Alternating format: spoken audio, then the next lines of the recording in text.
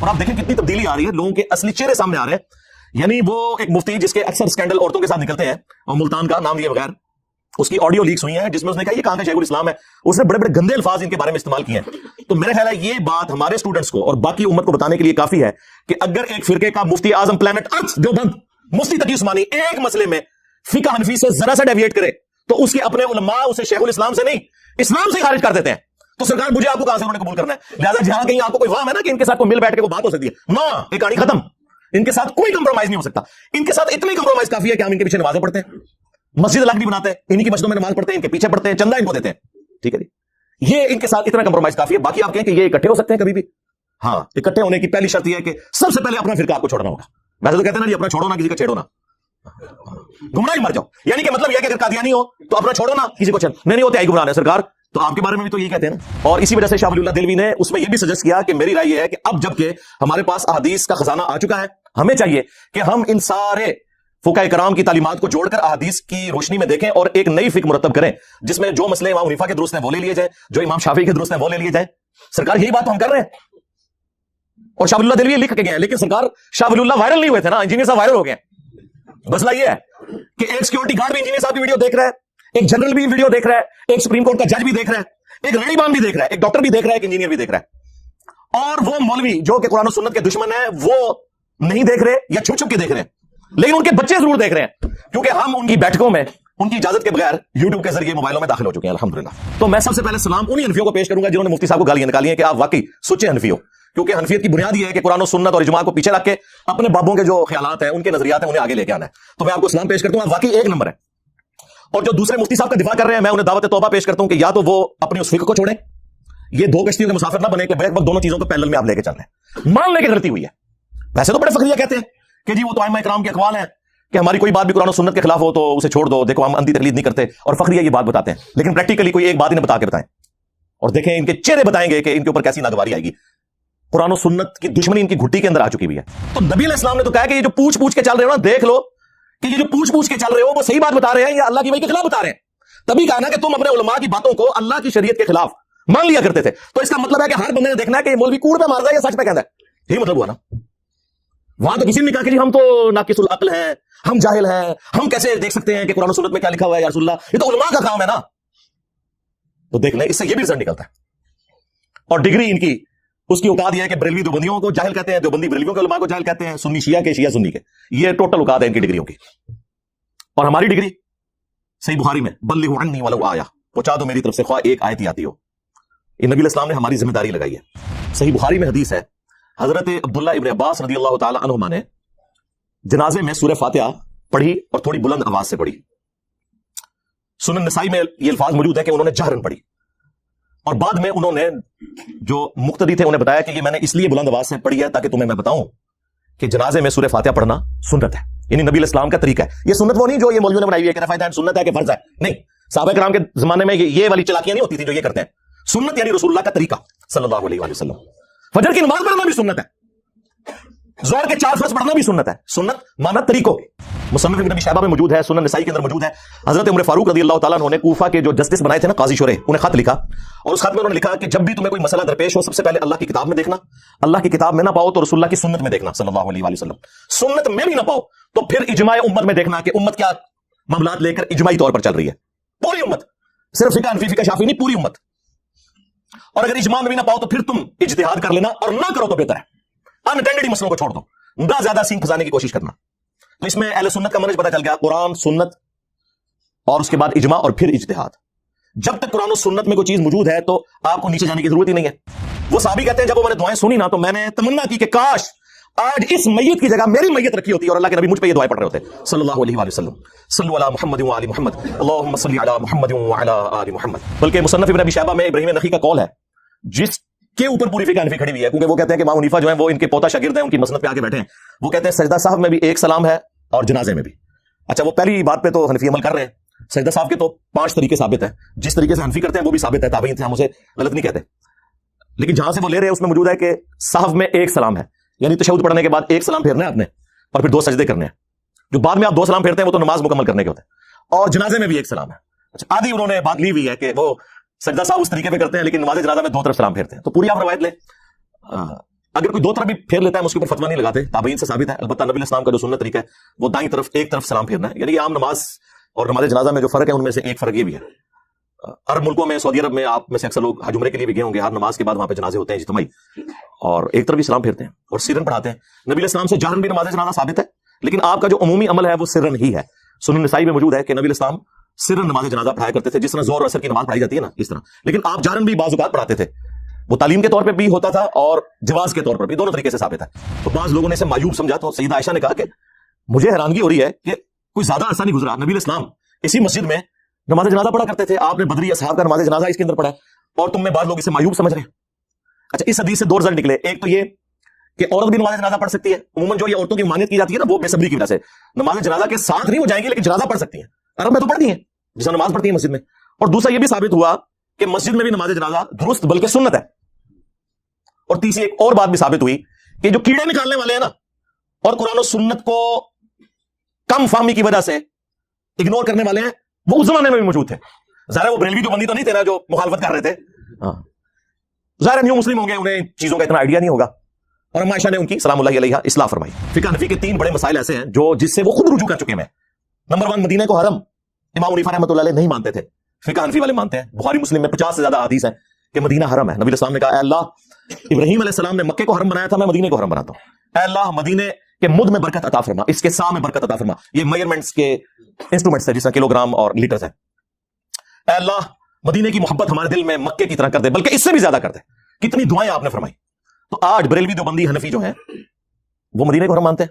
دوسرا, امام حنیفہ رحمۃ اللہ علیہ شوال کے 6 روزوں کو بدعت سمجھتے تھے. ایون امام مالک جو مدینہ شریف میں رہتے ہیں, وہ الموطا امام مالک میں لکھ رہے ہیں کہ میں نے اہل مدینہ کو شوال کے 6 روزے رکھتے ہوئے نہیں پایا, حالانکہ اب سب رکھ رہے ہیں. بخاری کو چھوڑ کے باقی جو 5 کی 5 کتابیں اہل سنت کی, مسلم, ابو داؤد, ترمذی, نسائی, ابن ماجہ میں یہ حدیث موجود ہے کہ جو رمضان کے بعد شوال کے 6 روزے رکھ لے وہ ایسا ہے جیسا کہ پورے سال کے روزے اس نے رکھے, اور پوری زندگی رکھتا ہے تو پوری زندگی کے روزے. اس میں آپ کی مرضی ہے کہ وہ پورے مہینے میں کسی بھی وقت رکھ لے.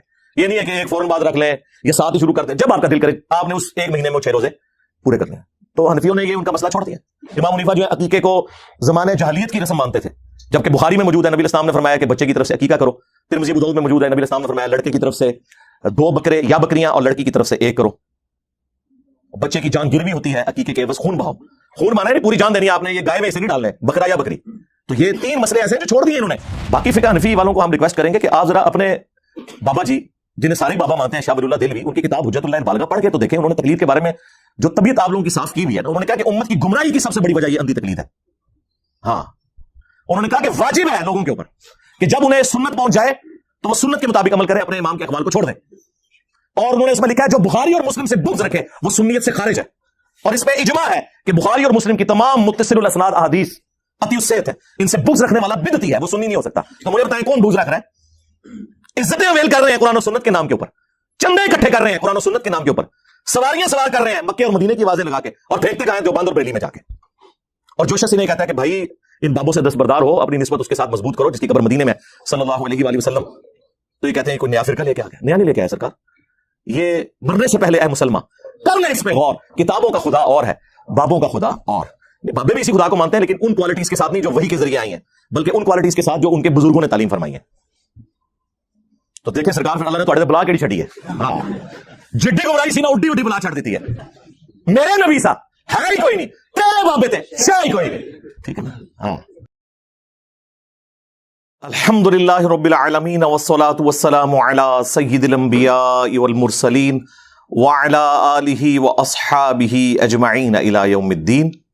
الحمدللہ آج 4 دسمبر 2022 کو سنڈے کے دن ہمارا یہ پبلک سیشن نمبر 71 منعقد ہونے جا رہا ہے. آپ کے سوالات ریئل ٹائم پرچیوں کی شکل میں میرے پاس آ چکے ہیں, لیکن انہیں ڈسکس کرنے سے پہلے اس ویک کا ایک کرنٹ ایشو جو ایک ریلیجن کے پوائنٹ آف ویو سے بون آف کنٹینشن بنا, وہ مفتی تقی عثمانی صاحب حفظہ اللہ تعالی نے اپنے بڑے بھائی مفتی رفیع عثمانی رحمہ اللہ تعالی کا جنازہ پڑھایا. اور ٹیکنالوجی نے جہاں کہیں پہ بھی اپنے پنجے گاڑے ہیں تو بڑے لوگوں کو ایکسپوز کر دیا, ہر اعتبار سے لوگ ایکسپوز ہوئے ہیں. اب وہ ان کی بدقسمتی تھی یا اس عوام کی خوش قسمتی تھی کہ وہ کالر مائک بالکل قریب لگا ہوا تھا, پڑھ رہے وہ سرن تھے, لیکن سورۃ الفاتحہ پڑھتے ہوئے آواز باہر آ گئی, بس اس کی وجہ سے پھر ادھم مچ گیا. عین ممکن ہے انہوں نے جان بوجھ کے خود تھوڑا سا اونچا پڑھا ہو, لیکن وہ اونچا پڑھنے کی ضرورت نہیں ہے, وہ پڑھ رہے ویسے سرگوشی میں تھے, لیکن وہ آواز باہر آئی, اور جو فرقہ باز ہوتے ہیں ان کے تو کان فوراً کھڑے ہو جاتے ہیں کہ یہ کیا ہو رہا ہے. اور اس کے بعد دو طبقات بن گئے. ایک وہ گروہ تھا جو ان کے حق میں بول پڑا, لیکن وہ بولا بھی فرقہ واریت کے انڈر کہ جی یہ جو سورہ فاتحہ پڑھی ہے انہوں نے, یہ ہمارے نزدیک بھی جائز ہے, لیکن ثنا کے طور پر, قرآن کے طور پر نہیں, کیونکہ ہم نے تو ہر وہ بات کرنی ہے جو اللہ کے محبوب صلی اللہ علیہ وآلہ وسلم کی تعلیمات کے اپوزٹ ہو. تو ہم یہ کیسے مان لیں کہ سورہ فاتحہ نماز جنازہ میں پڑھی جائے؟ تو وہ ثنا کے طور پر, تعریفی کلمات کے طور پر پڑھی ہے. کچھ نے کہا جی وہ دعا کے طور پر پڑھی جا سکتی ہے. بھئی دعا کے طور پہ پڑھی جائے گی تو پھر تو تیسری تکبیر کے بعد پڑھی جائے گی, وہ تو پہلی تکبیر کے بعد پڑھ رہے تھے.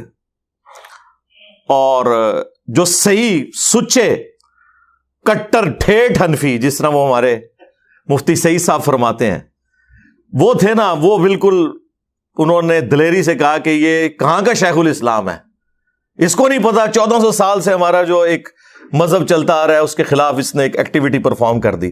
سرکار 1400 سال نہیں نا, یہ 1100-1200 سال.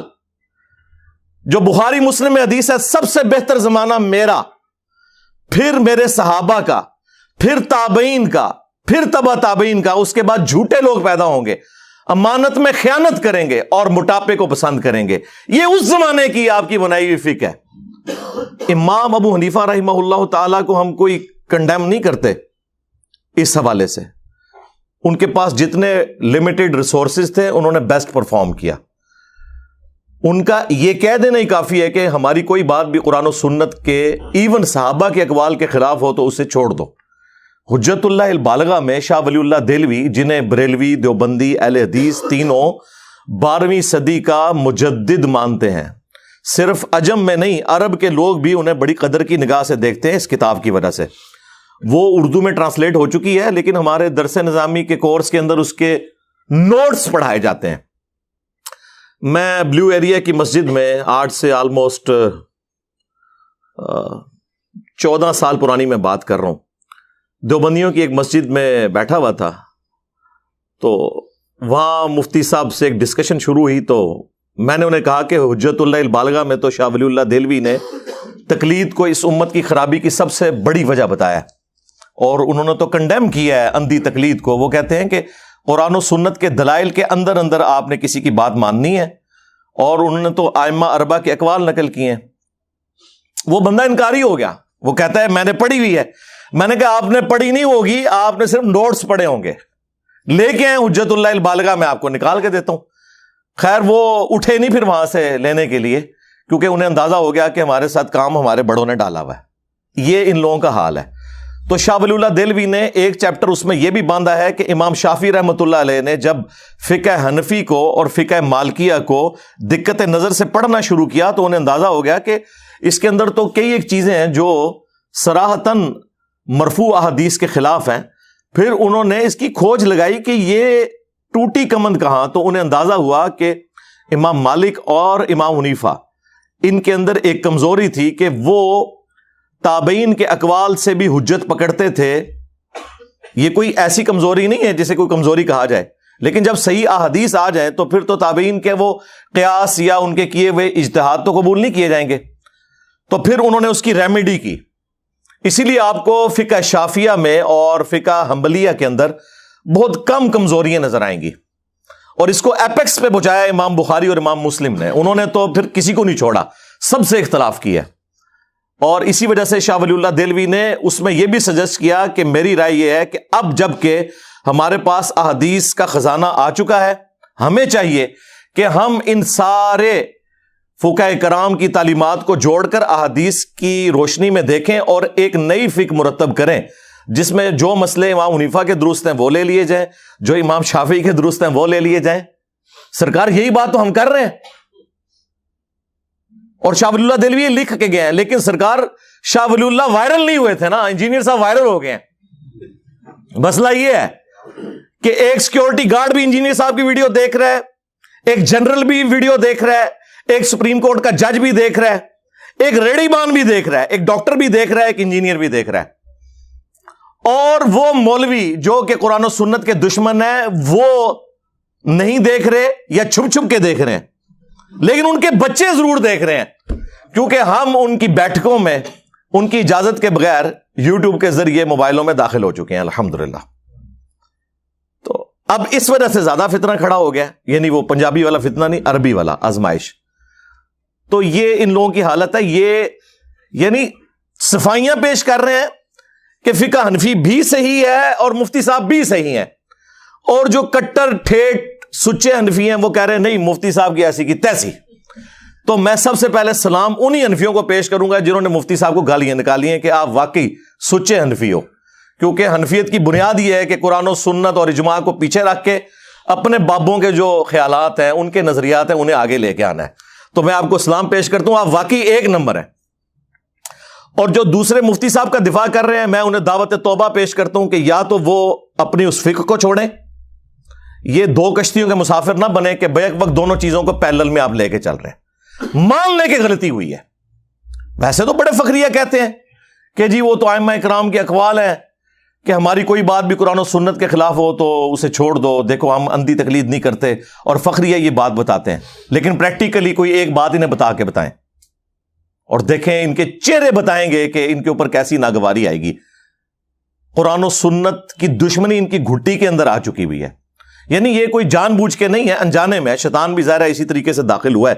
اب وہ ان کے اندر حمیت, اتخذوا احبارہم ورہبانہم اربابا من دون اللہ, یہود و نصارہ نے اپنے علماء کو اور اپنے صوفیوں اور جوگیوں کو رب مان لیا ہوا تھا اللہ کے مقابلے پر. اب اس آیت مبارکہ کی شرح میں ایک حدیث ہے, اس کی صحت پہ اختلاف ہے, لیکن شیخ البانی اس کو حسن درجے میں مانتے ہیں. جامعہ ترمذی میں ہے, مسند احمد کے اندر موجود ہے, اور شاہ ولی اللہ دہلوی نے بھی تقلید کے رد میں اس حدیث کو حجت اللہ البالغہ میں نقل کیا ہے کہ حاتم طائی جو تھے مشہور عرب کے ایک سخی, ان کے بیٹے مسلمان ہو گئے, عدی ابن حاتم. وہ نبی اسلام کے پاس حاضر ہوئے اور کہا کہ یا رسول اللہ قرآن میں ایک آیت ایسی ہے جو مجھے کھٹکتی ہے, میں چاہ رہا ہوں میں آپ سے اس کا فہم سمجھ لوں. یہ جو سورہ توبہ کی آیت نمبر 31, اتخذوا احبارہم ورہبانہم اربابا من دون اللہ, کہ یہود و نصارہ نے اللہ کے مقابلے پر اپنے مولویوں کو, صوفیوں کو, جوگیوں کو, بزرگوں کو, بزرگان دین کو, علماء کرائم کو, علماء کرام کو, کرائم انگلش والا علماء سو کے لیے وہ بھی درست ہے اپنی جگہ, یہ جو رب مان لیا ہوا تھا. تو ہم تو خود عیسائی رہے, ہم نے تو کبھی عبادت نہیں کی اپنے علماء کی. تو نبی الاسلام نے فرمایا کہ کیا تم اپنے علماء اور صوفیوں, رہبان, ان جوگیوں کے کہنے کے اوپر اللہ کی طرف سے جو چیز حلال تھی ان کے کہنے پہ اسے حرام, اور جو اللہ نے حرام کی تھی ان کے کہنے پہ اسے حلال نہیں مان لیا کرتے تھے؟ ان کا یا رسول اللہ ایسے ہی تھا. تو فرمایا یہی تو رب بنانا ہے, کیونکہ شریعت کا کسٹوڈین اللہ ہے, وہ ڈیسائیڈ کرے گا, یہ رب ماننا ہے ان کو. نہیں جی, نبی الاسلام نے آپ کا ایک مسئلہ حل کر دیا. جو میرے اوپر بڑی تہمت لگاتے ہیں نا, یہ کہتا ہے جی وہ ڈائریکٹ دیکھیں کہ قرآن و سنت میں کیا ہے, بزرگان دین سے اور علماء سے پوچھ کے نہ چلیں. تو نبی علیہ السلام نے تو کہا کہ یہ جو پوچھ کے چل رہے ہو نا, دیکھ لو کہ یہ جو پوچھ کے چل رہے ہو وہ صحیح بات بتا رہے ہیں یا اللہ کی وحی کے خلاف بتا رہے ہیں. تبھی کہا نا کہ تم اپنے علماء کی باتوں کو اللہ کی شریعت کے خلاف مان لیا کرتے تھے. تو اس کا مطلب ہے کہ ہر بندے نے دیکھنا ہے کہ یہ مولوی کوڑ پہ مار رہا ہے یا سچ پہ کہندا ہے. یہی مطلب ہوا نا. وہاں تو کسی نے نہیں کہا کہ جی ہم تو ناقص العقل ہیں, ہم جاہل ہیں, ہم کیسے دیکھ سکتے ہیں کہ قرآن و سنت میں کیا لکھا ہوا ہے یا رسول اللہ, یہ تو علماء کا کام ہے نا. تو دیکھ لیں, اس سے یہ بھی رزلٹ نکلتا ہے. اور ڈگری ان کی, اس کی اوقات یہ ہے کہ بریلوی دیوبندیوں کو جاہل کہتے ہیں, دیوبندی بریلویوں کے علماء کو جاہل کہتے ہیں, سنی شیعہ کے, شیعہ سنی کے. یہ ٹوٹل اوقات ہے ان کی ڈگریوں کی. اور ہماری ڈگری صحیح بخاری میں بلغ عنی ولو آیا، پہنچا دو میری طرف سے خواہ ایک آیت ہی آتی ہو. یہ نبی علیہ السلام نے ہماری ذمہ داری لگائی ہے. خیر یہ ایک ٹاپک الگ سے ہے، میں اس طرف واپس آتا ہوں. جو تقی عثمانی صاحب نے نماز جنازہ میں سورہ فاتحہ پڑھی تو یہ انہوں نے کوئی خلاف سنت کام نہیں کیا، صحیح طریقہ یہی ہے. صحیح بخاری میں حدیث ہے، حضرت عبداللہ ابن عباس رضی اللہ تعالی عنہما نے جنازے میں سورہ فاتحہ پڑھی اور تھوڑی بلند آواز سے پڑھی. سنن نسائی میں یہ الفاظ موجود ہیں کہ انہوں نے جہرن پڑھی، اور بعد میں انہوں نے جو مقتدی تھے انہیں بتایا کہ یہ میں نے اس لیے بلند آواز سے پڑھی ہے تاکہ تمہیں میں بتاؤں کہ جنازے میں سورہ فاتحہ پڑھنا سنت ہے، یعنی نبی علیہ السلام کا طریقہ ہے. یہ سنت وہ نہیں جو یہ مولویوں نے بنائی ہوئی ہے کہ رفع دین سنت ہے کہ فرض ہے، نہیں. صحابہ کرام کے زمانے میں یہ والی چلاکیاں نہیں ہوتی تھیں جو یہ کرتے ہیں. سنت یعنی رسول اللہ کا طریقہ صلی اللہ علیہ وآلہ وسلم. فجر کی نماز پڑھنا بھی سنت ہے، ظہر کے 4 فرض پڑھنا بھی سنت ہے. سنت مانا طریقوں. تو اور سنن نسائی میں موجود ہے، ساتھ ایک سورت بھی ملائی انہوں نے، اور پھر آڈینس سے کہا کہ یہ میں نے اس لیے کیا تاکہ تمہیں معلوم ہو جائے کہ یہ نبی صلی اللہ علیہ وآلہ وسلم کی سنت ہے. اب میں حنفیوں سے یہ پوچھوں گا کہ اللہ کے بندو، تم لوگ تو کہتے تھے کوئی صحیح حدیث مل جائے تو وہی ہمارا مذہب ہے. اب تو حدیث مل گئی نا، اب تمہارے اجتہاد کہاں گئے؟ انہیں پھینکو اب ردی کی ٹوکری میں. مصنف ابن ابی شیبہ میں موجود ہے، سنن نسائی کے اندر موجود ہے. حضرت عمر فاروق رضی اللہ تعالیٰ عنہ نے کوفہ کے جو جسٹس بنائے تھے نا، قاضی شرح، انہیں خط لکھا، اور اس خط میں انہوں نے لکھا کہ جب بھی تمہیں کوئی مسئلہ درپیش ہو، سب سے پہلے اللہ کی کتاب میں دیکھنا، اللہ کی کتاب میں نہ پاؤ تو رسول اللہ کی سنت میں دیکھنا صلی اللہ علیہ وآلہ وسلم. سنت میں بھی نہ پاؤ تو پھر اجماع امت میں دیکھنا کہ امت کیا معاملات لے کر اجماعی طور پر چل رہی ہے. پوری امت، صرف فقہ حنفی فقہ شافعی نہیں، پوری امت. اور اگر اجماع میں بھی نہ پاؤ تو پھر تم اجتہاد کر لینا، اور نہ کرو تو بہتر ہے. انٹینڈڈ ہی مسئلوں کو چھوڑ دو، نہ زیادہ سینگ پھنسانے کی کوشش کرنا. تو اس میں اہل سنت کا منہج پتہ چل گیا، قرآن، سنت، اور اس کے بعد اجماع اور پھر اجتہاد. جب تک قرآن و سنت میں کوئی چیز موجود ہے تو آپ کو نیچے جانے کی ضرورت ہی نہیں ہے، کیونکہ ٹاپ پرائرٹی تو قرآن و سنت ہے. اور یہ حدیث اس بات پر دلالت کرتی ہے کہ یہ سنت ہے کہ نماز جنازہ کے اندر سورہ فاتحہ پڑھی جائے. اہل حدیث حضرات پڑھتے ہیں، علماء عرب بھی پڑھتے ہیں. یہاں پہ انہوں نے اپنی نشانی بنائی ہوئی تھی. بخاری مسلم دونوں میں حدیث ہے کہ نبی صلی اللہ علیہ وآلہ وسلم جنازے میں 4 تکبیرات کہا کرتے تھے. اور ایک حدیث صحیح مسلم کی ہے جس میں ہے کہ نبی علیہ السلام جنازے میں 5 تکبیرات بھی کہا کرتے تھے. یعنی یہ دونوں عمل ثابت ہیں، 4 تکبیرات بھی اور 5 بھی. ہمارے جو استاد تھے شیخ زبیر لیزئی رحمہ اللہ تعالیٰ، ان کے جنازے میں 5 تکبیرات ہوئی تھی. انہوں نے وصیت کی تھی کہ میرے جنازے میں 5 تکبیرات ہونی چاہیے، یہ سنت بھی زندہ ہو. اہل تشیع تو 5 تکبیرات ہی کہتے ہیں، اہل سنت کے ہاں عموماً 4 تکبیرات ہی کہی جاتی ہیں. ہاں اہل حدیث حضرات کو چونکہ سنت کا پتہ ہے تو وہ 5 پہ بھی عمل کرتے ہیں، 4 پہ بھی عمل کرتے ہیں.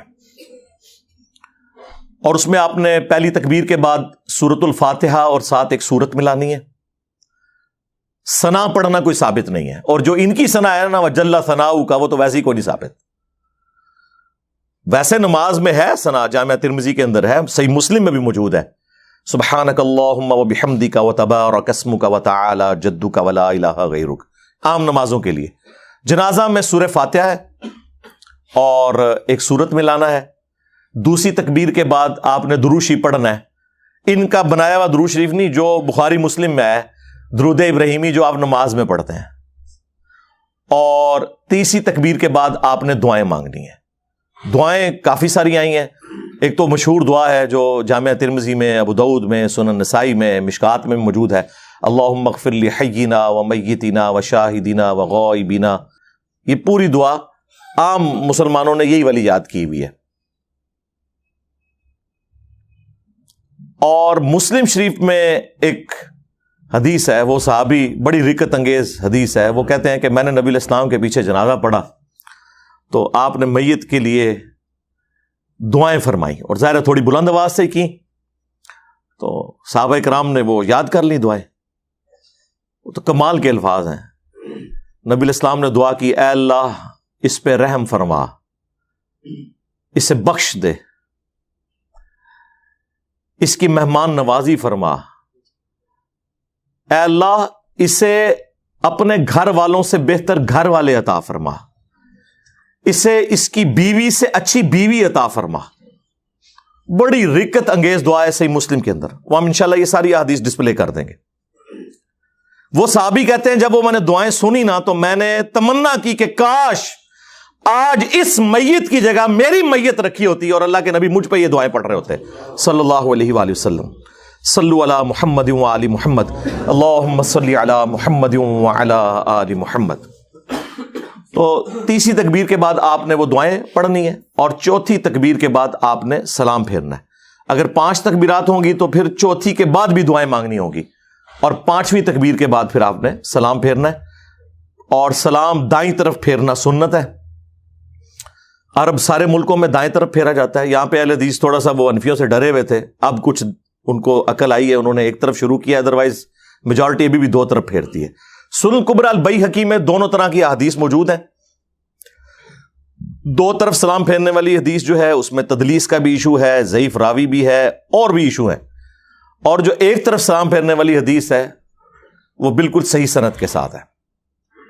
بلکہ مصنف ابن ابی شیبہ میں ابراہیم نخعی کا قول ہے جس کے اوپر پوری فقہ حنفی کھڑی ہوئی ہے, کیونکہ وہ کہتے ہیں کہ امام حنیفہ جو ہیں وہ ان کے پوتا شاگرد ہیں, ان کی مسند پہ آ کے بیٹھے ہیں. وہ کہتے ہیں سجدہ سہو میں بھی ایک سلام ہے اور جنازے میں بھی. اچھا, وہ پہلی بات پہ تو حنفی عمل کر رہے ہیں. سجدہ سہو کے تو 5 طریقے ثابت ہیں, جس طریقے سے حنفی کرتے ہیں وہ بھی ثابت ہے, تابعین سے ہم اسے غلط نہیں کہتے. لیکن جہاں سے وہ لے رہے ہیں اس میں موجود ہے کہ سہو میں ایک سلام ہے, یعنی تشہد پڑھنے کے بعد ایک سلام پھیرنا ہے آپ نے, اور پھر 2 سجدے کرنے ہیں. جو بعد میں آپ 2 سلام پھیرتے ہیں وہ تو نماز مکمل کرنے کے ہوتے ہیں. اور جنازے میں بھی ایک سلام ہے. اچھا, آدھی انہوں نے بات لی ہوئی ہے کہ وہ سجدہ صاحب اس طریقے پہ کرتے ہیں لیکن نماز جنازہ میں 2 طرف سلام پھیرتے ہیں. تو پوری آپ روایت لیں, اگر کوئی 2 طرف بھی پھیر لیتا ہے ہم اس کے اوپر فتویٰ نہیں لگاتے, تابعین سے ثابت ہے. البتہ نبی علیہ السلام کا جو سنت طریقہ ہے وہ دائیں طرف ایک طرف سلام پھیرنا ہے. یعنی کہ عام نماز اور نماز جنازہ میں جو فرق ہے ان میں سے ایک فرق یہ بھی ہے. عرب ملکوں میں, سعودی عرب میں آپ میں سے اکثر لوگ حج عمرے کے لیے بھی گئے ہوں گے, ہر نماز کے بعد وہاں پہ جنازے ہوتے ہیں اجتماعی, اور ایک طرف بھی سلام پھیرتے ہیں اور سرن پڑھاتے ہیں. نبی علیہ السلام سے جہرن بھی نماز جنازہ ثابت ہے, لیکن آپ کا جو عمومی عمل ہے وہ سرن ہی ہے. سنن نسائی میں موجود ہے کہ نبی علیہ السلام سرن نماز جنازہ پڑھایا کرتے تھے, جس طرح زور اور عصر کی نماز پڑھائی جاتی ہے نا اس طرح. لیکن آپ جہرن بھی بعض اوقات پڑھاتے تھے, وہ تعلیم کے طور پہ بھی ہوتا تھا اور جواز کے طور پر بھی, دونوں طریقے سے ثابت ہے. جس طرح اہل حدیث تو عموماً ایک طریقے کو فالو کرتے ہیں, حنفی بھی خاص ایک ہی طریقے کو فالو کرتے ہیں, دونوں طریقے درست ہیں. اہل حدیث کے پیچھے آپ جنازہ پڑھیں تو آپ کو لگتا ہے آپ جنازہ پڑھ کے نکلیں, اور دیوبندی اور بریلوی علماء جنازہ ان کا ہوتا ہے تقریباً 40 سیکنڈ کا, اور اس کے بعد 5 منٹ کی دعا ہو رہی ہوتی ہے. بریلوی دعا کرواتے ہیں, دیوبندی اعلانات کرتے رہتے ہیں کہ جی 3 دن بعد یہ ہوگا اور 5ویں دن یہ ہوگا اور فلاں چیز یہ ہوگی. حالانکہ سنت یہ ہے کہ آپ نے جنازے کے بعد دعا نہیں کرنی بلکہ میت کو قبرستان لے کے جانا ہے. اور سنن ابی داؤد میں موجود ہے کہ دفنانے کے بعد اس کی قبر پہ کھڑے ہو کر اس کے لیے دعا کرنی ہے. نبی علیہ السلام نے فرمایا کہ اب اسے آزمایا جائے گا, اس سے سوالات پوچھے جائیں گے, تم اپنے بھائی کی قبر کے سوالوں کی استقامت کے لیے دعا کرو. وہاں پہ سنت ہے. اور وہ صحیح مسلم میں حضرت عمر بن عاص کی وہ رکت انگیز حدیث بھی موجود ہے جس میں انہوں نے اینڈ پہ وصیت کی تھی کہ جب میں مر جاؤں تو میری قبر پہ اتنی دیر بیٹھے رہنا جتنی دیر ایک اونٹ کو نہر کر کے اس کا گوشت تقسیم کیا جاتا ہے, تاکہ میں اپنی قبر سے مانوس ہوں اور اللہ کے آئے ہوئے مہمانوں کو جوابات دے سکوں. یعنی 2-2.5 گھنٹے قبر پہ بیٹھنا دفنانے کے بعد, یہ بھی سنت ہے. ظاہر سنت صحابہ کرام سے کوئی چیز ثابت ہو جائے گی تو وہ سنت اور دین کی کیٹیگری میں فال کرے گی, تو وہ دعا وہاں پہ آپ نے جا کے کرنی ہے. تو یہ نماز جنازہ کے بارے میں عموماً کہ یہ ایک متس مشہور ہے, اس لیے میں نے اس کو کلیئر کر دیا. اسی طریقے سے حنفیوں میں آپ دیکھیں گے وہ انہوں نے ایک چیز پکی پکڑی ہوئی ہے کہ نماز جنازہ صرف جنازہ گاہ میں ہوگا یا گراؤنڈ میں ہوگا, مسجد میں نہیں وہ پڑھنے دیتے. ایون کئی مسجدیں ہیں نا تو مسجد کے باہر وہ میت رکھ کے نا نماز جنازہ پڑھ رہے ہوتے ہیں, مسجد کے اندر نہیں پڑھتے. یہ ٹھیک ہے کہ آپ علیہ السلام کی عمومی سنت اور افضل عمل یہی ہے کہ آپ نے جنازہ گاہ یا عیدگاہ میں پڑھنی ہے نماز جنازہ, بخاری مسلم میں احادیث ہے. لیکن سرکار مسلم شریف میں یہ ایک حدیث موجود ہے کہ سعد ابن ابی وقاص جب فوت ہوئے, فاتح ایران المتوفا 56 ہجری, جو قادسیہ میں حضرت عمر نے جنہیں امیر لشکر بنا کے بھیجا تھا, اور یہ آخر میں فوت ہونے والے بدری اصحاب میں سے ہیں. یہ حضرت معاویہ رضی اللہ تعالیٰ عنہ کے دور میں فوت ہوئے, ان کے بعد دنیا میں کوئی بدری صحابی زندہ نہ رہا. بہرحال جب وہ فوت ہوئے تو سیدہ عائشہ نے صحابہ کرام سے کہا کہ سعد کی میت لا کے میرے حجرے کے باہر رکھو. اب حجرہ ایڈجسنٹ تھا مسجد نبوی شریف کے, تو میت مسجد میں رکھنی پڑ رہی تھی, اور اما عائشہ نے کہا کہ میں نے اس کا جنازہ پڑھنا ہے تو یہاں لا کے اسے رکھو میت کو. تو بعض لوگوں نے اسے معیوب سمجھا, تو سیدہ عائشہ نے کہا کہ مجھے حیرانگی ہو رہی ہے کہ کوئی زیادہ عرصہ نہیں گزرا, نبی علیہ السلام اسی مسجد میں نماز جنازہ پڑھا کرتے تھے, آپ نے بدری اصحاب کا نماز جنازہ اس کے اندر پڑھا ہے, اور تم میں بعض لوگ اسے معیوب سمجھ رہے ہیں. اچھا, اس حدیث سے دو رزلٹ نکلے. ایک تو یہ کہ عورت بھی نماز جنازہ پڑھ سکتی ہے. عموماً جو یہ عورتوں کی ممانعت کی جاتی ہے نا, وہ بے صبری کی وجہ سے. نماز جنازہ کے ساتھ نہیں وہ جائیں گی, لیکن جنازہ پڑھ سکتی ہیں. عرب میں تو پڑھتی ہیں جس طرح نماز پڑھتی ہیں مسجد میں. اور دوسرا یہ بھی ثابت ہوا کہ مسجد میں بھی نماز جنازہ درست بلکہ سنت ہے. اور تیسری ایک اور بات بھی ثابت ہوئی کہ جو کیڑے نکالنے والے ہیں نا, اور قرآن و سنت کو کم فہمی کی وجہ سے اگنور کرنے والے ہیں, وہ اس زمانے میں بھی موجود تھے. ظاہر ہے وہ بریلوی دیوبندی تو نہیں تھے نا جو مخالفت کر رہے تھے. ہاں, ظاہر ہے نیو مسلم ہوں گے, انہیں ان چیزوں کا اتنا آئیڈیا نہیں ہوگا.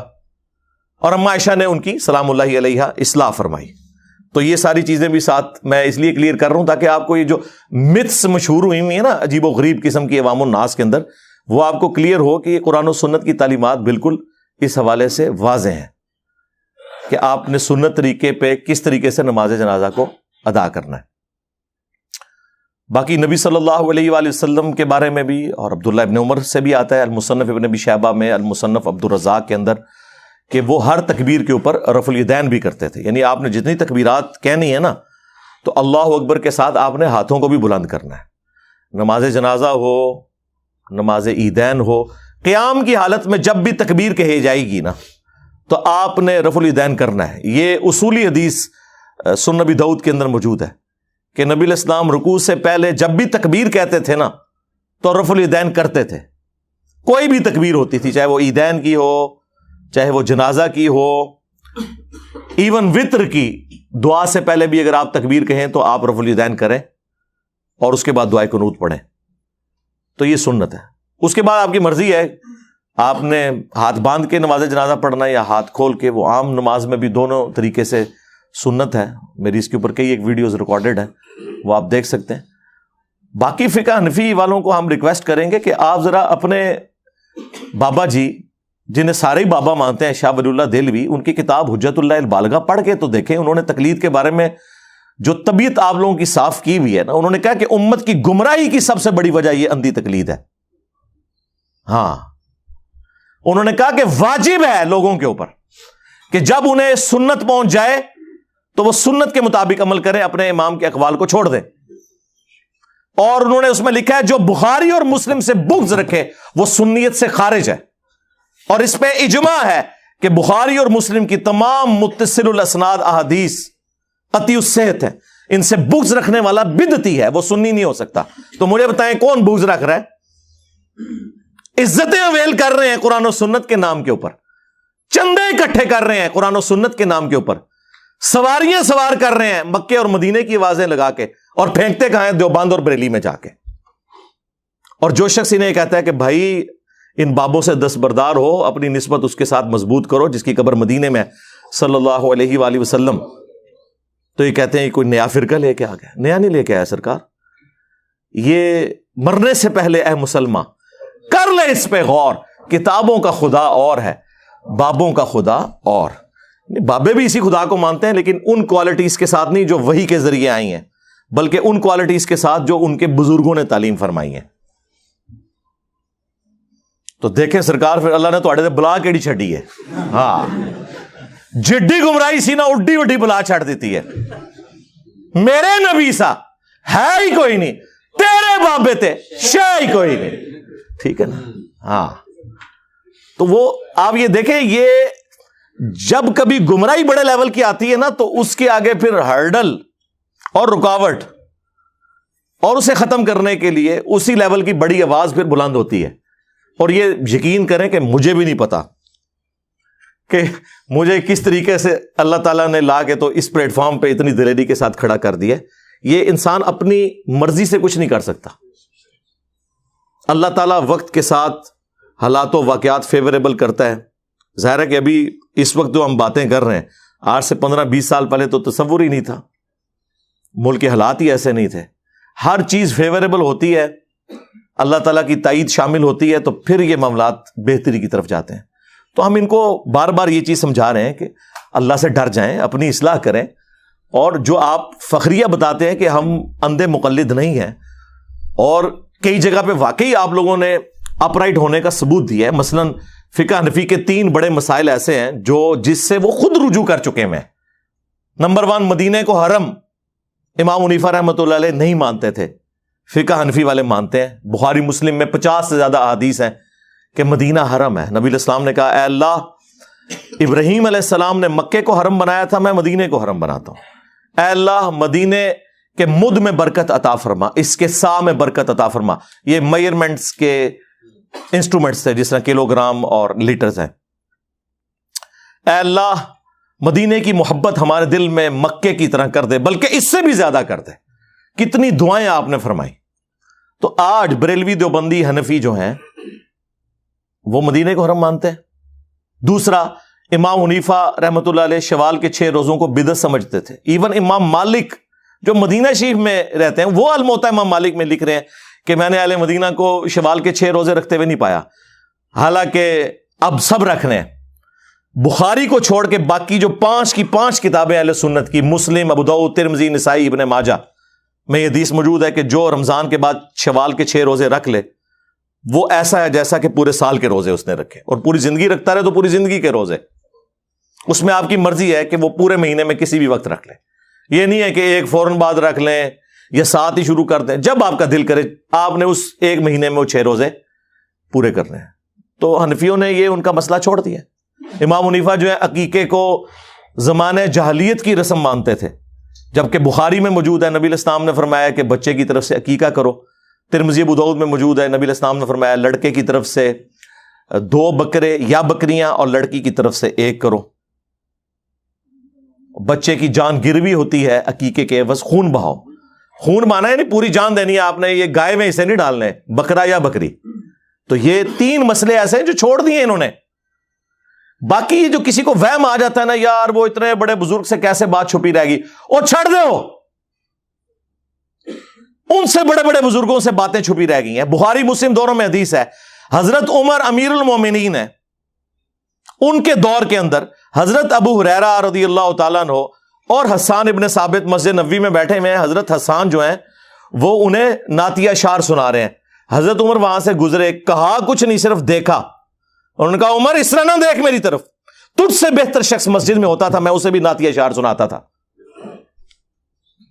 حضرت عمر کا اتنا روب ہے. اور دیکھیں حضور کے اسٹوڈنٹس کتنے دلیر ہیں, یعنی یہ وہی ہے کہ شاعری کوئی نہیں, ہاں یہ وہی ہے. ہاں تو حضرت عمر نے کہا کہ اپنا گواہ لے کے آؤ. انہوں نے کہا یہ ابو ہریرہ بیٹھے ہیں, ان سے پوچھے. تو حضرت ابو ہریرہ نے کہا کہ میں گواہی دیتا ہوں کہ نبی علیہ السلام نہ صرف حضرت حسان سے نعتیہ اشعار سنتے تھے بلکہ دعا فرمایا کرتے تھے, اے اللہ حسان کی مدد فرما روح قدس کے ذریعے, جس طرح تو نے عیسیٰ ابن مریم کی مدد فرمائی تھی. وہ ایدناہ بروح القدس. تو حضرت عمر وہاں سے چلے گئے. انہوں نے یہ نہیں کہا کہ علیکم بسنتی و سنت الخلفاء الراشدین المہدیین. انہیں پتا تھا کہ یہ اسی صورت میں ہے جب قرآن و سنت کے انڈر ہو, جہاں کی مجھ سے مس ہینڈلنگ ہوگی تو میں رجوع کروں گا. دوسرا اس سے یہ رزلٹ نکلا کہ بڑے سے بڑے شخص سے بھی حدیث چھپی ہو سکتی ہے. حضرت عمر سے بڑا کون تھا؟ تو اگر حضرت عمر کو یہ حدیث نہیں پتا تھی تو امام حنیفہ کو اگر کوئی حدیث نہیں پہنچی تو اس میں کون سا مسئلہ ہے؟ اور تیسرا، حضرت ابو ہریرہ کو حجت مانتے تھے حضرت عمر، لہذا وہ جو ان کے بارے میں پروپیگنڈا ہوتا ہے کہ وہ ان کی حدیثیں قبول نہیں کرتے تھے، یہ بالکل غلط بات ہے. ویسے الگ سے اس پہ میری ویڈیو ریکارڈ ہو چکی ہے. ایک اور مثال، وہ بھی بخاری مسلم دونوں میں. حضرت ابو ہریرہ نبی الاسلام کی وفات کے بعد 30 سال تک یہ فتویٰ دیتے تھے کہ جس شخص کے اوپر غسل فرض ہو وہ روزہ نہیں رکھ سکتا. 30 سال میں نے کیلکولیٹ کیے، کیونکہ اس وقت مدینے کا گورنر مروان بن حکم تھا، اور مروان بن حکم حضرت معاویہ کے دور میں رضی اللہ تعالیٰ عنہ گورنر مدینہ بنا. حضرت عائشہ تک جب بات پہنچی تو انہوں نے فرمایا کہ نبی علیہ السلام تو جنبی ہوتے تھے اور فجر کا وقت داخل ہونے کے بعد غسل اتارا کرتے تھے اور روزہ رکھ لیا کرتے تھے. جب حضرت ابو ہریرہ تک یہ بات پہنچی تو انہوں نے اپنے فتوے سے رجوع کر لیا. یار اگر حضرت ابو ہریرہ جو سب سے زیادہ احادیث روایت کرنے والے ہیں ان سے کوئی حدیث چھپی رہ گئی ہے، سرکار تو آڑے بابے تے شاہی کوئی نہیں. دیکھو کیسا یونیورسل جملہ آپ کو دیا ہے. ابو ہریرہ جیسا ہے ہی کوئی نہیں، تیرا بابا تے شاہی کوئی نہیں. ان سے بھی تو رہ گئی نا ایک بات، اوور لک ہوگی. اس طرح کی کئی ایک مثالیں میں نے مسئلہ 197 ریکارڈ کروا دیا ہے، جسے شوق ہے نا. مسئلہ 197، اماموں کی 4 اماموں کی تقلید اور اماموں کی گستاخی کا الزام. بھائی اماموں کی گستاخی تو آپ لوگ کر رہے ہیں. اماموں نے کب کہا ہے کہ آپ انہیں اللہ اور اس کے محبوب صلی اللہ علیہ وآلہ وسلم کے مقابلے پہ پوجنا شروع کر دیں؟ انہیں تو اپنی آخرت کی فکر تھی. انہوں نے کب اس طرح کی تعلیمات دی ہیں؟ یہ آپ لوگوں نے ان کے ساتھ غلط چیزیں منسوب کر دی ہیں. بخاری مسلم میں حدیث ہے، مولا علی اس کے راوی ہیں. وہ کہتے ہیں کہ ایک انصاری کو نبی الاسلام نے امیر بنا کے بھیجا، کچھ صحابہ کو ایک مہم پر روانہ کیا، اور اس امیر کو اتنا غصہ آیا کہ اس نے اپنے سب آرڈینیٹس کو کہا کہ ایک آگ کا الاؤ جلاؤ. اور جب خوب بھڑک گیا تو اس نے کہا کہ میں تمہارا امیر ہوں، میری اطاعت رسول اللہ کی اطاعت اور رسول اللہ کی اطاعت اللہ کی اطاعت ہے، اور میری نافرمانی رسول اللہ کی نافرمانی اور رسول اللہ کی نافرمانی اللہ کی نافرمانی ہے. اب میں تمہیں حکم دیتا ہوں کہ اس آگ میں کودو. تو وہ انفی ہوتے تو شاید کود ہی جاتے ہیں، ویسے انہیں بھی نہیں کودنا. ایک گالی کر دیں تقلید دی. تو انہوں نے کہا کہ ہم آگ سے بچنے ہی کے لیے تو رسول اللہ کے دامن کرم میں آئے تھے، تو پھر ہمیں آگ میں پھینک رہا ہے. تو ہمارا امیر ہے لیکن تیری یہ بات نہیں مانیں گے. واپسی پہ جب نبی الاسلام کی خدمت میں یہ مقدمہ پیش ہوا تو بخاری مسلم کے الفاظ ہیں، نبی الاسلام نے فرمایا اگر تم اس آگ میں کود جاتے تو سیدھا جہنم کی آگ میں جا کے نکلتے. اللہ کی نافرمانی میں مخلوق کی اطاعت نہیں ہے. مخلوق کی اطاعت صرف معروف میں ہے، منکر میں نہیں ہے. تو مفتی تقی عثمانی صاحب مبارکباد کے مستحق ہیں کہ انہوں نے ایک جرت دکھائی ہے. کئی ایک معاملات میں پہلے بھی انہوں نے جرت دکھائی ہے، یہاں پہ بھی جو انہوں نے جرت دکھائی ہے ہم انہیں اپریشیٹ کرتے ہیں. اور ظاہر ہے ایک بڑا بندہ جب کوئی کام کرتا ہے تو اس کی وجہ سے پھر ایک چیز موضوع بحث بن جاتی ہے، لوگوں کے دماغوں کی گرہ کھلنا شروع ہو جاتی ہے. یہ ایک بہت بڑا ذریعہ تھا. اور پھر آپ کو پتا ہے کہ ہمیں فل ٹاس ملے تو ہم باؤنڈری سے نہیں اسٹیڈیم سے باہر پھینکتے ہیں، ٹھیک ہے نا. تو اونٹ تجھے فل ٹاس مارو پاویں یارکر مارو، میں اوور پچ بنا لینی ہے. ہاں کوئی شے آوے صحیح، کیونکہ یہ ایک موقع ہوتا ہے آپ لوگوں تک بات پہنچانے کا. اور آپ دیکھیں کتنی تبدیلی آ رہی ہے، لوگوں کے اصلی چہرے سامنے آ رہے ہیں. یعنی وہ ایک مفتی جس کے اکثر سکینڈل عورتوں کے ساتھ نکلتے ہیں، اور ملتان کا نام لیے بغیر اس کی آڈیو لیکس ہوئی ہیں جس میں اس نے کہا یہ کہاں کا شیخ الاسلام ہے. اس نے بڑے بڑے گندے الفاظ ان کے بارے میں استعمال کیے ہیں. تو میرا خیال ہے یہ بات ہمارے اسٹوڈنٹس کو اور باقی امت کو بتانے کے لیے کافی ہے کہ اگر ایک فرقے کا مفتی اعظم پلانٹ ارتھ دیوبند مفتی تقی عثمانی ایک مسئلے میں فقہ حنفی سے ذرا سا ڈیویٹ کرے تو اس کے اپنے علماء اسے شیخ الاسلام سے نہیں اسلام سے ہی خارج کر دیتے ہیں. تو سرکار مجھے آپ کو کہاں سے انہوں نے قبول کرنا ہے؟ لہذا جہاں کہیں آپ کو کوئی وہم ہے نا کہ ان کے ساتھ کوئی مل بیٹھ کے کوئی بات ہو سکتی ہے، نا ایک کہانی ختم. ان کے ساتھ کوئی کمپرومائز نہیں ہو سکتا. ان کے ساتھ اتنا ہی کمپرومائز کافی ہے کہ ہم ان کے پیچھے نمازیں پڑھتے ہیں، مسجد الگ نہیں بناتے، انہی کی مسجدوں میں نماز پڑھتے ہیں، ان کے پیچھے پڑھتے ہیں، چندہ ان کو دیتے ہیں. ٹھیک ہے جی، یہ ان کے ساتھ اتنا کمپرومائز کافی ہے. باقی آپ کہیں کہ یہ اکٹھے ہو سکتے ہیں کبھی بھی، ہاں اکٹھے ہونے کی پہلی شرط یہ ہے کہ سب سے پہلے اپنا فرقہ آپ کو چھوڑنا ہوگا. ویسے تو کہتے ہیں نا جی اپنا چھوڑو نہ کسی کا چھیڑو نہ, گمراہ ہی مر جاؤ. یعنی کہ مطلب یہ ہے کہ اگر قادیانی ہو تو اپنا چھوڑو نہ کسی کو چھیڑ. نہیں ہوتے آئی گمراہ ہے سرکار, تو آپ کے بارے میں بھی تو یہی کہتے ہیں نا. اعلیٰ حضرت کے قربان صدقے انہوں نے مسئلہ حل کر دیا, ورنہ تو میں آپ کو بتاتا کہ ایک دوسرے کو کافر کہتے ہیں, آپ لوگوں نے ماننا ہی نہیں تھا. یہ کفر سے بھی آگے احکام شریعت میں اعلیٰ حضرت فاضل بریلوی المتوفا 1340 ہجری بمطابق 1921 ان کی ڈیتھ ہوئی, 101 سال ہو چکا ہے. کچھ عرصہ پہلے انہوں نے اعلیٰ حضرت کا وہ 100 سالہ جشن اعلیٰ حضرت بھی منایا ہے.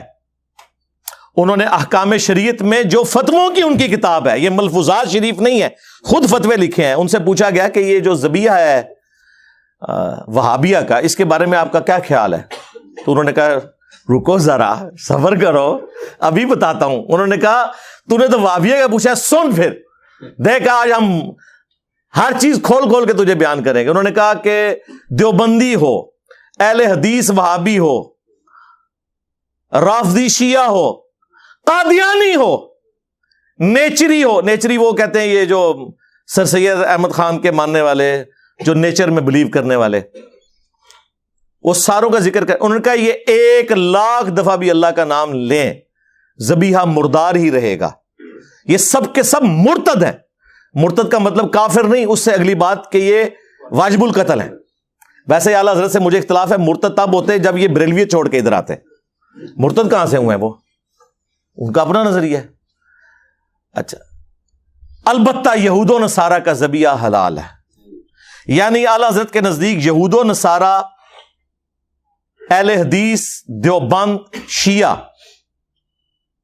اور قادیانیوں سے بہتر ہے. یہ اس چکر میں پڑے ہوئے ہیں کہ یہ کوئی اتحاد امت کر لیں گے. بھائی بڑے نکال کے گئے ہوئے ہیں, اور پھر انہوں نے جو حسام الحرمین میں حرمین کی تلوار کے اندر انہوں نے تو لکھا ہے کہ ان کے کفر میں شک کرنے والا بھی کافر ہے علماء دیوبند کے. اور دیوبندیوں نے پھر اپنی روح راضی کی, المہند المفند میں انہوں نے لکھا کہ یہ جو احمد بریلوی ان کی جماعت ایک شیطانی لشکر ہے جو ہم پہ حملہ آور ہو گیا. جس طرح کے شیاطین انبیاء پر حملہ آور ہوتے تھے, یہ علماء دیوبند رضی اللہ عنہم پر حملہ آور ہوئے ہیں.